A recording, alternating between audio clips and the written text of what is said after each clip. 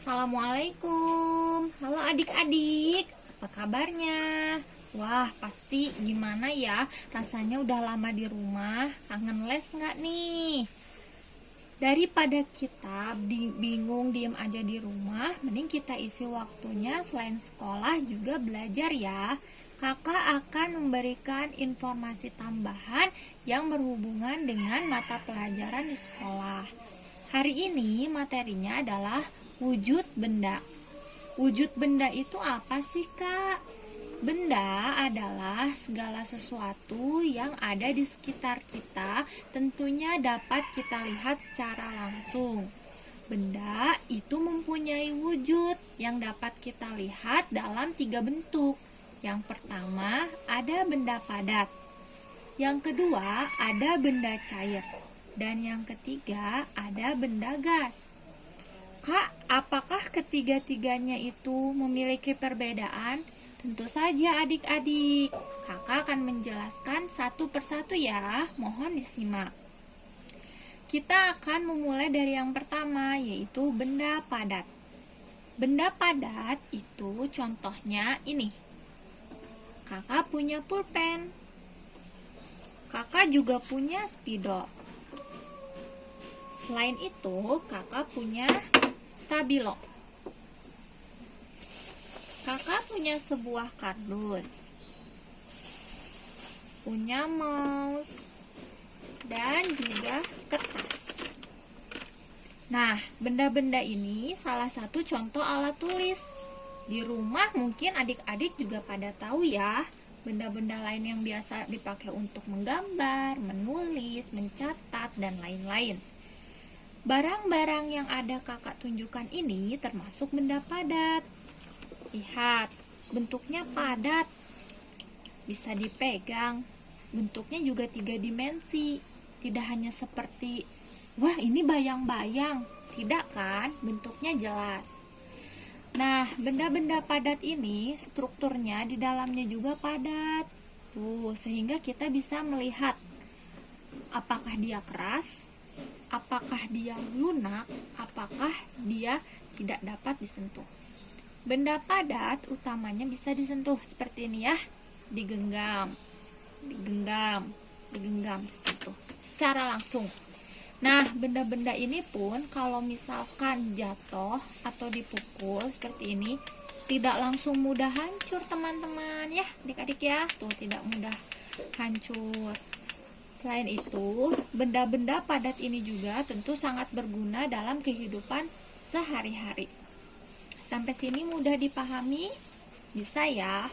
Benda padat juga dapat diubah oleh manusia berdasarkan bentuk yang diinginkan.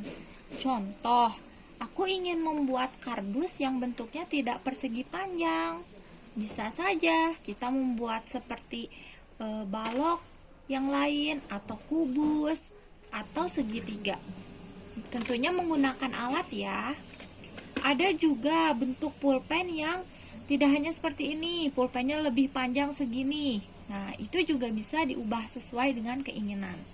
Bahkan meja yang kakak pakai termasuk benda padat.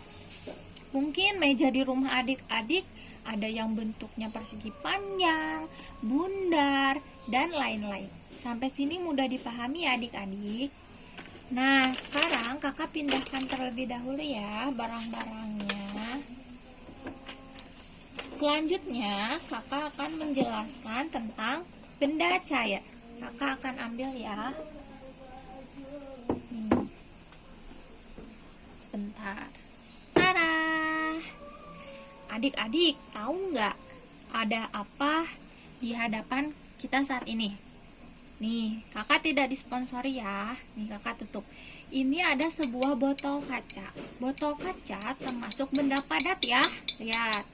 Tetapi di dalamnya itu ada benda cair, yaitu air. Air yang diberi perasa minuman sehingga kita menyebutnya seperti apa ya? Sirup kah? Rasa jeruk, orson, dan lain-lain. Berbagai minuman termasuk susu, susu putih, susu cair, itu termasuk benda cair. Nah, ini juga air putih yang ada di sini. Lihat.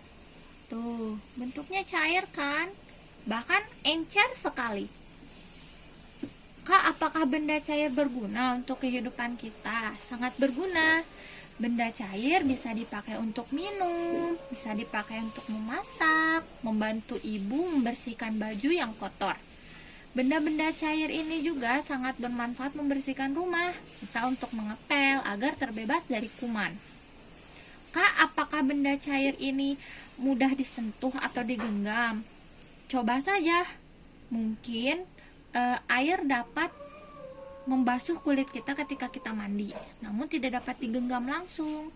Kita dapat menggunakan media yaitu gelas, sehingga ketika air berada di dalam gelas, kita seolah-olah bisa menggenggam airnya. Sampai sini paham ya? Begitu juga dengan sirup di dalam botol ini, kita dapat memegang melalui media kacanya. Selain itu, sifat benda cair adalah mengikuti sesuai bentuknya. Lihat, bentuk botol ini memanjang ke atas dan sedikit ada lingkaran, berbentuk lingkaran di bagian tengah botol ya, ini lingkaran. Maka dia juga akan mengikuti bentuknya seperti ini. Tidak mungkin dia tiba-tiba membentuk seperti segitiga. Jelas bukan? Termasuk yang ada air putih di sini. Ini akan berbentuk seperti bentuk gelasnya. Bentuk gelasnya itu seperti ada ya sisi-sisi di sebelah pinggir-pinggir sampai ke sana. Apakah kalian memiliki bentuk gelas yang lain berbentuk lingkaran dengan ramping ke bawah misalnya? Nah, bentuk benda cairnya akan mengikuti wadahnya. Contoh lagi, air yang ada di bak bentuknya akan mengikuti bak. Sedangkan air yang ada di ember bentuknya akan menyerupai ember. Air juga mengalir dari dataran atau daerah yang tinggi ke daerah yang rendah. Contoh, ini kakak punya orson atau sirup tadi yang kakak uji coba ketutupnya dulu ya. Anggap dia di atas. Nah, gelas ini ada di bawah kan? Kita akan tuangkan. Apakah dia akan jatuh dari atas ke bawah? Kita lihat. Tuh. Nah, dia jatuh kan? Dia mengalir dari atas ke bawah.